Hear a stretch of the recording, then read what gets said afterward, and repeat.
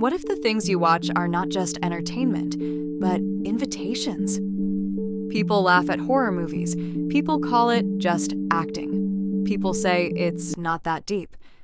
But have you noticed what happens after watching them? Suddenly you can't sleep. You feel anxious in the dark. You start imagining shadows. You become spiritually heavy. Your peace disappears. And some people don't recover mentally or spiritually the same way after constant exposure to horror. The Bible warns us about what we allow into our minds and spirits. Philippians 4:8 says, "Whatever is true, whatever is noble, whatever is pure, think about such things." Horror feeds the opposite: fear, death, darkness, torment, demons, violence, and fear is not from God. 2 Timothy 1:7 says, "For God has not given us the spirit of fear, but of power and of love and of a sound mind." Notice that. Fear is described as a spirit. Many people ignore how spiritually dangerous horror content can become. Some testimonies from former horror addicts reveal disturbing patterns: recurring nightmares, sleep paralysis, panic attacks, hearing things at night, fear of being alone, obsession with darkness and death, spiritual heaviness after binge-watching horror films.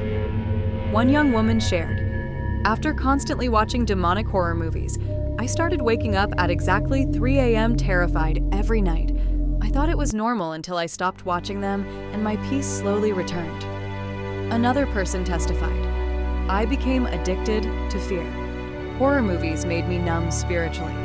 I stopped praying, stopped sleeping peacefully, and my mind constantly felt dark."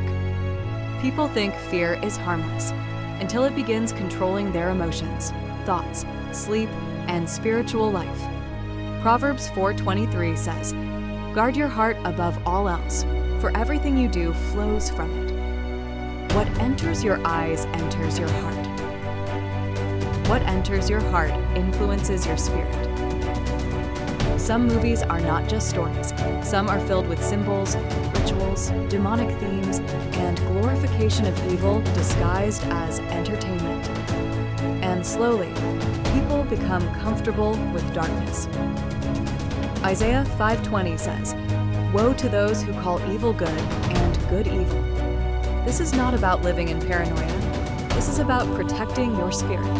Not everything that entertains you is healthy for you. Just because something is popular does not mean it is harmless. Your mind is sacred. Your spirit is sacred. Your peace is sacred. If something steals your peace, feeds fear, darkens your thoughts, weakens your relationship with God, or opens doors to anxiety and spiritual oppression, you should question whether it belongs in your life. Psalm 101:3 says, "I will set no wicked thing before my eyes." Maybe it's time to stop feeding your spirit darkness and start feeding it light.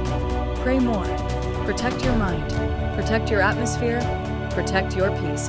Because what you constantly watch eventually begins to shape what lives inside you. Be careful what entertains you, because not everything enters through the door. Some things enter through the screen.